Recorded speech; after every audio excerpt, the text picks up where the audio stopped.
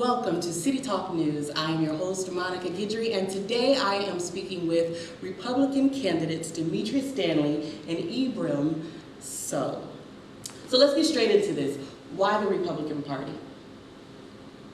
I'll go. All right, go So, ahead. from my understanding, the Republican Party is the party of entrepreneurship. It's the party of family and the party of faith. And all those things, I believe, are factors that define the kind of person that I am. And so you just, it's like belonging to any other kind of group. Just look to where you relate the most and you're most comfortable. And so that is why I'm Republican, now that I'm not speaking for the whole choir. So. How about you? Well, I think a lot of different Republicans have their own ideas. Some of them ride that same line. I don't have a lot of the beliefs on the social issues as they do, but what I do believe is what Ibrahim said, and it's I want you to start your own company. I want you to have the mindset that you want to get out and take care of yourself and your family. And you know, one of the differences for me and the Democratic Party is we're going to give you, I want to help. I want to help you as best I can, but I also want to help you if you have to have assistance. I want to make it so you can get off of assistance. I don't want you to just feel like you're dependent on it, and I feel like that's the difference. And the other difference is the Republican Party, it allows you to succeed, but it also allows you to fail. And I think that's depending on the person and how you work and how hard you work. I think that's fair, and that's a fair way to live life, and that's the difference. And that's the reason why I chose the Republican Party. Okay, so piggybacking off of that, tell me your thoughts on the current political climate within the city of Columbus. Well, I don't know if you have heard any of the stories. The CEO of Redflex, which is the red light cameras, which got me a ticket, by the way, turning right, I was not doing anything wrong. She confessed and said that she had bribed some of the city council members. And so right now we have the FBI, we have the Department of Justice in Columbus running around City Hall, looking at some of the people that currently sit on City Hall. So right now I'm going to say the climate is corrupt. They're doing some things that are not in the people of Columbus's favor. It's more in the personal individual's favor that sits on council and maybe some other individuals. I don't know exactly all the names, but that's what I would say about the climate right now. It's not good for what people want. It's for what the individuals want that sit in City Hall, and that's not what their job is. Their job is to do the things that are right for the city, and I don't feel like that's being done considering the information that we've found out recently. Now, Ibrahim, And Dimitrious says corrupt. Would you agree that the climate is such?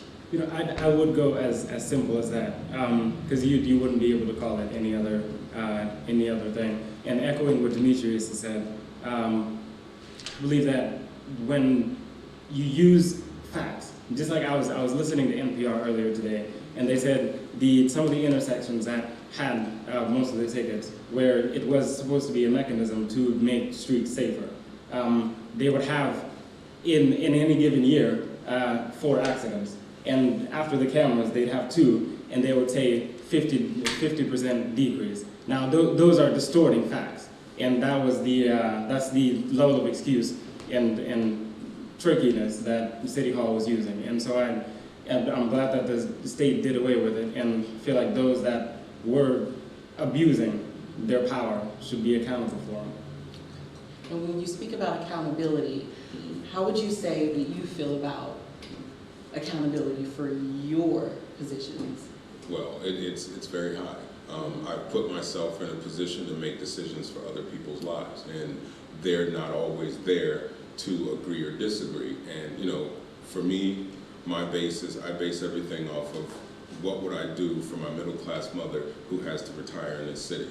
And that's what I base my decisions off of. And anything, and it keeps it from basing it off of my wants. It bases it off of someone else's who is dear to my heart.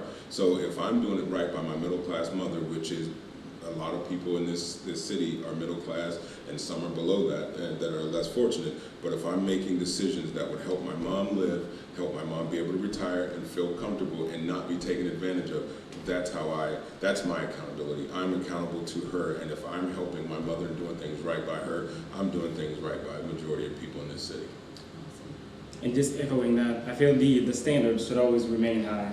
regardless of what you're doing. Just like how the standard for safety when it comes to our cops. The standard for anyone using public trust with public assets should always be kept at a high standard.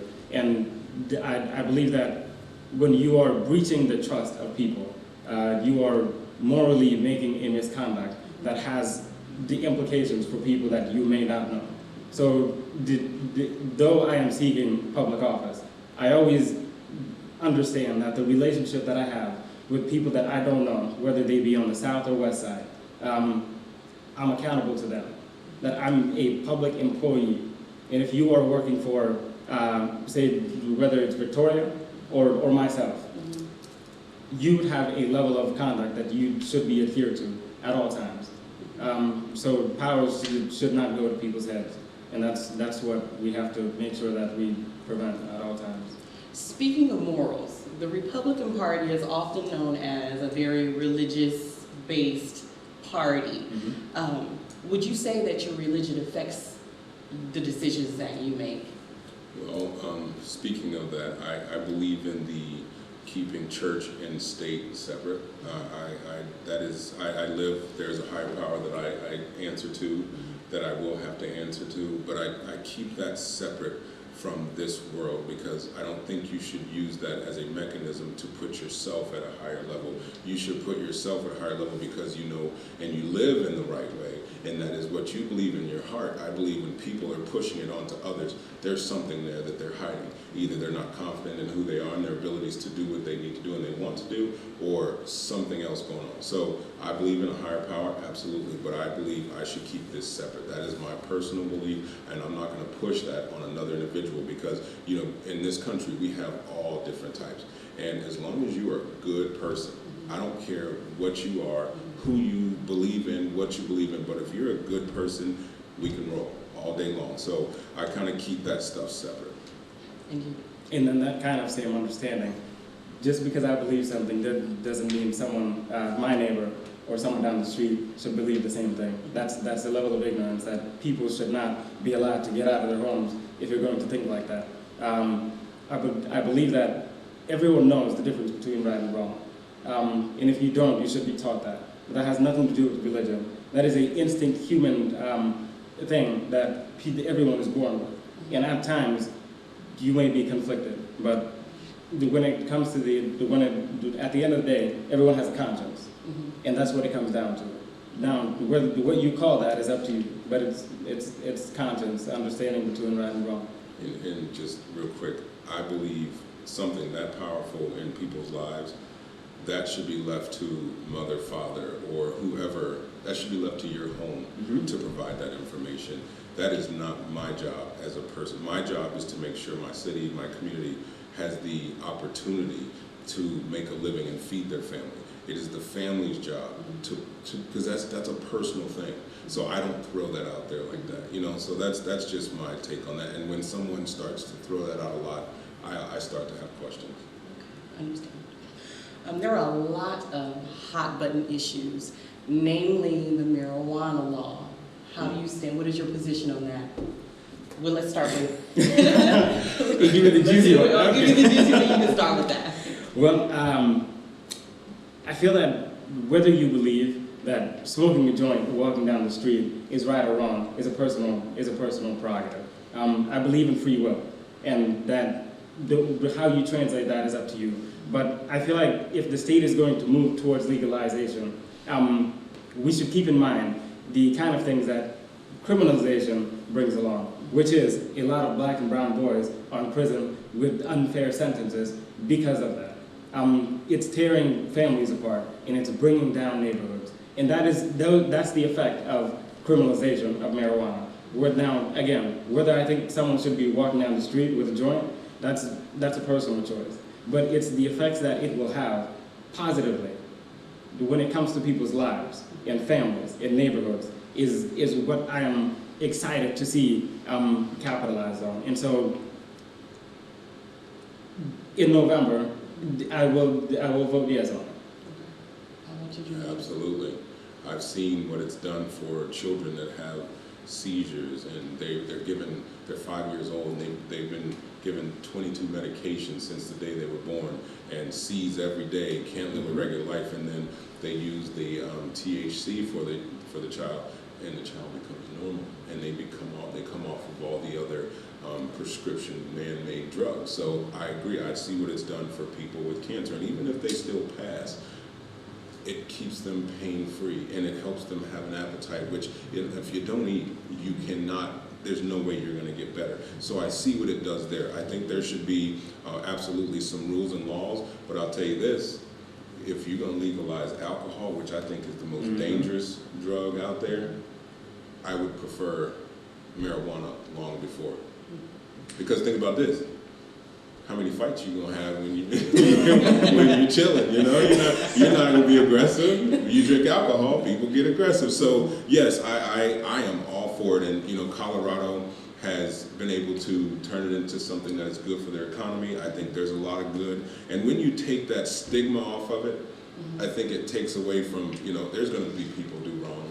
We know that. And there's gonna be people that do right by it. But I think it helps in so many ways, and it will add to the economies, because Colorado is a fact. They're doing it very well right now with that market. So I'm absolutely for it, and I think it's about time. Okay. Ibrahim, you mentioned a lot of black and brown boys being imprisoned. Another extremely hot button issue that the weight of our country is feeling now is the Black Lives Matter movement. Within the city of Columbus, do you feel that we are on the right side of that? Personally, when they were marching from the OSU campus down Short North earlier this summer, I marched with them. I took a couple of my friends that I marched with that group. Not because it was just an event that a lot of people were going to. Not just because it was a trending topic, but because I actually see myself as a potential victim every time I go outside. That is something that I have to live with. And I have a little brother that is 15. And that is something that I tell him to do.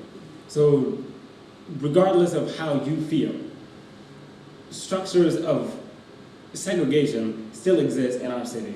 And it's not the fact that we are in a right or wrong position on this growing movement, but it's whether we are deconstructing the things that allow for these circumstances to happen, circumstances that led to Ferguson happening, circumstances that led to Baltimore happening. That level of isolation in neighborhoods that we have in this city, just like the Far East Side, just like the South Side, just like the West Side, those kinds of things we have to start addressing.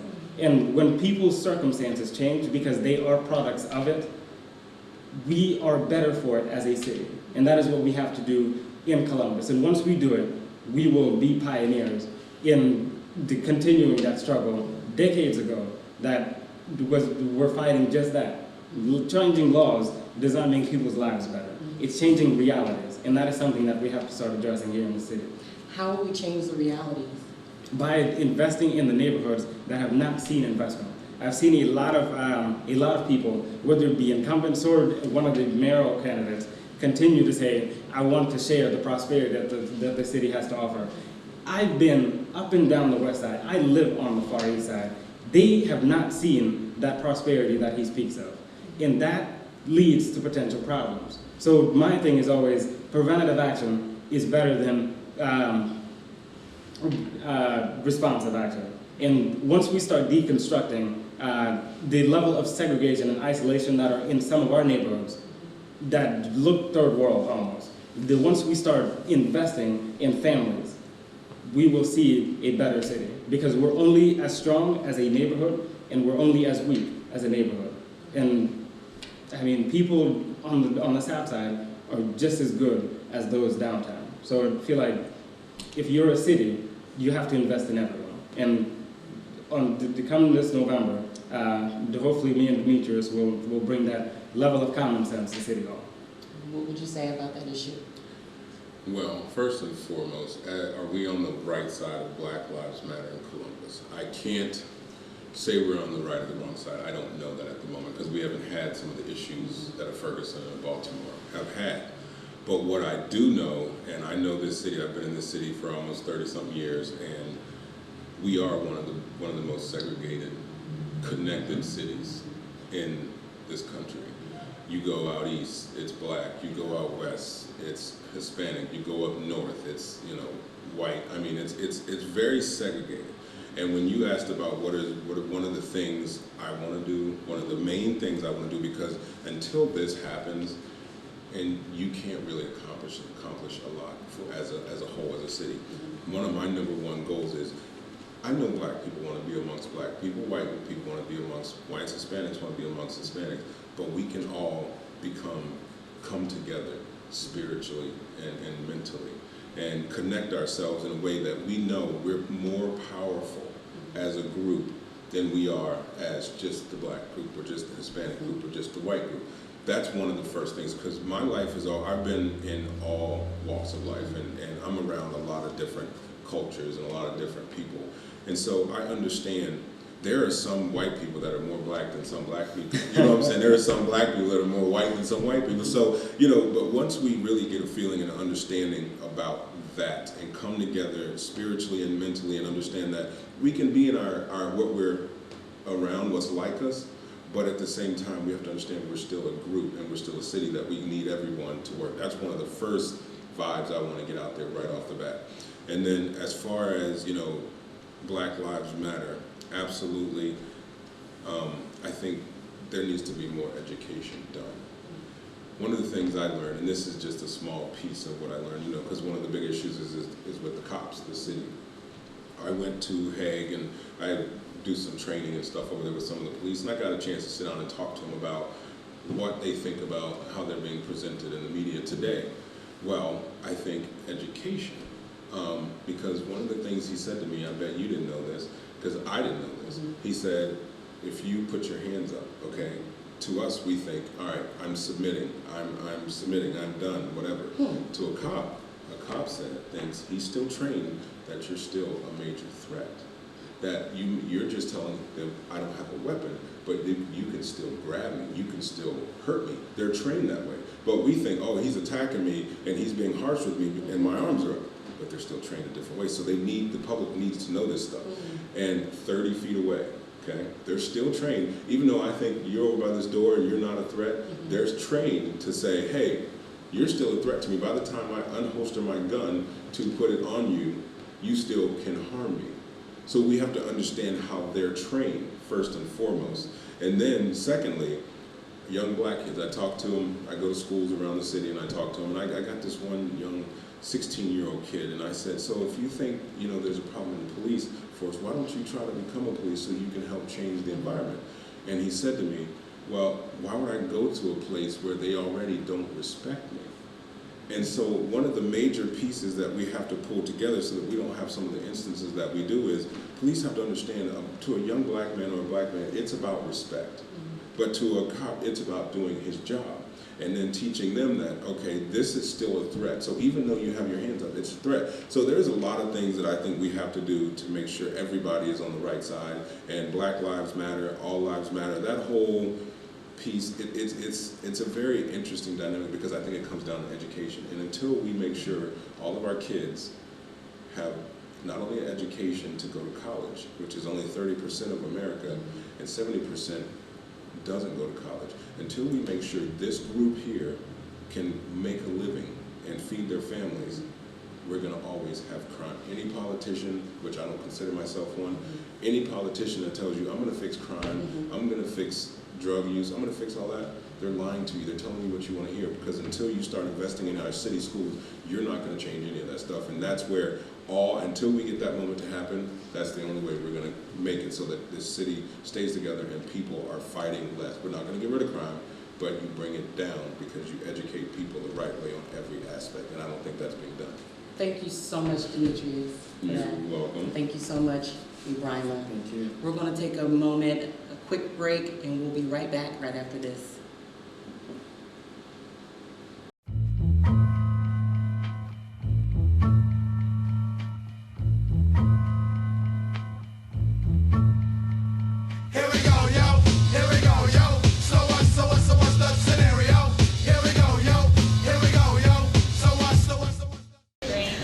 I'm here tonight because I think that Dimitrious Stanley would be a great member of Columbus City Council. He is not only a great individual, but he is an intellectual individual. He has wonderful views and ideas about what to do with our education system, as well as improving the city of Columbus for everyone who lives in it. So I hope that you guys can give him your vote this fall and go Dimitrious.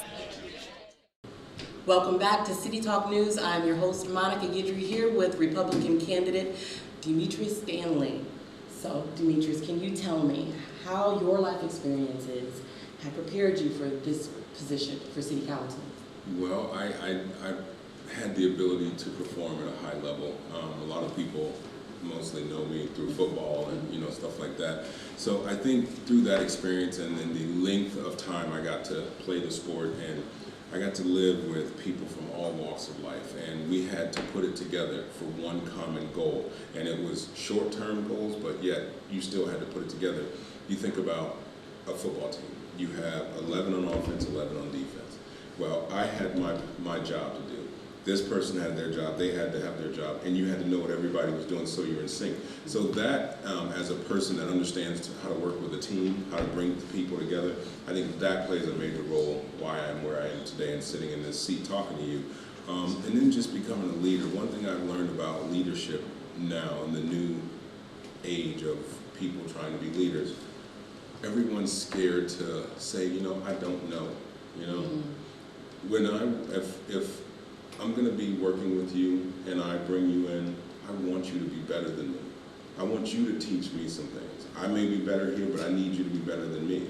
So I think my understanding of leadership, my understanding of teamwork has given me a good foundation to get where I want to be. And, City Council in Columbus, I think of football. We have all different people from different walks of life. We have people that are poor, we have people middle class, we have people that come from money. We have people that, talk in a different lingo.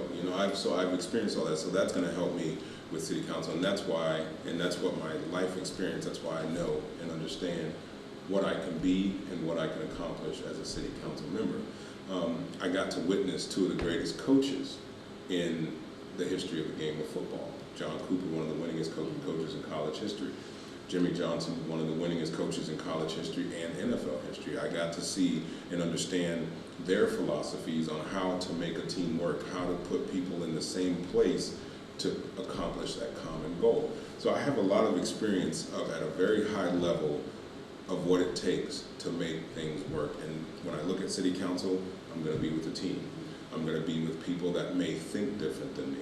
That's okay. I'm going to be with people that talk different than me, but that's okay. I'm going to be with people that are probably better than me at some things, and that's okay. But if you pull all that together, that makes a powerful, powerful leadership team. And that's what my life experiences have done for me, and that's why I think I have what it takes to be on Columbus City Council. Thank you so much, Dimitrious. Absolutely. Thank you for watching.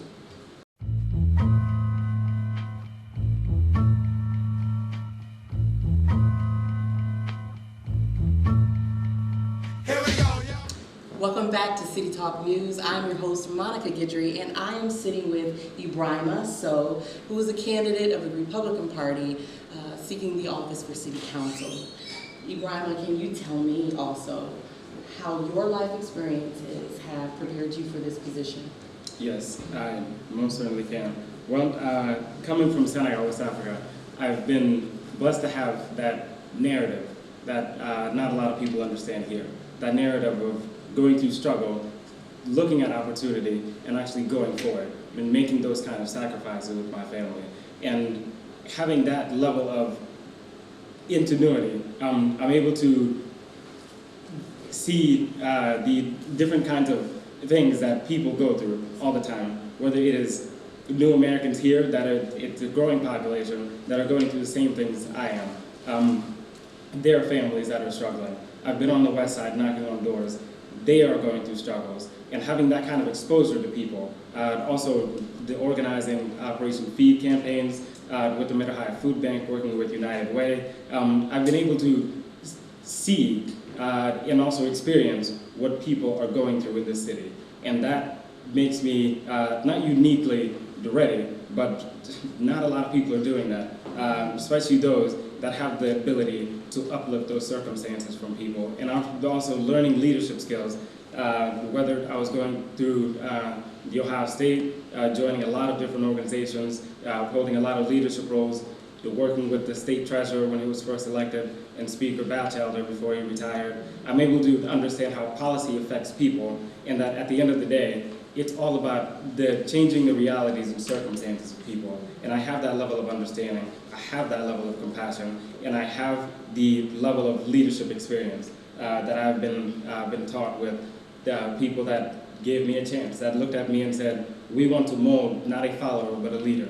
And that is what I am hoping to do. So that makes me not uniquely qualified, but not a lot of people have gone through that. So I feel like I am the best person to be on Columbus City Council because I understand what people are going through and I'm committed to community. Thank you, Ibrahim. Thank you. And thank you for watching City Talk News. Dimitrious and Ibrahim, what would you like to tell our millennials who are watching about getting out and voting?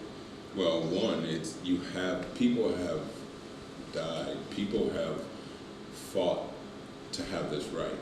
And that's something you should take pride in doing, first and foremost. Two, you can't complain if things aren't going the way you want them to go, if you don't get out and vote. And number three, this is your opportunity to speak and be heard. If you don't vote, you can't be heard from the position you're in right now. So this is the opportunity for them to be heard and put their message out there, because if you look through history, some of the most impressive times of change in America, the young people, college students, did it.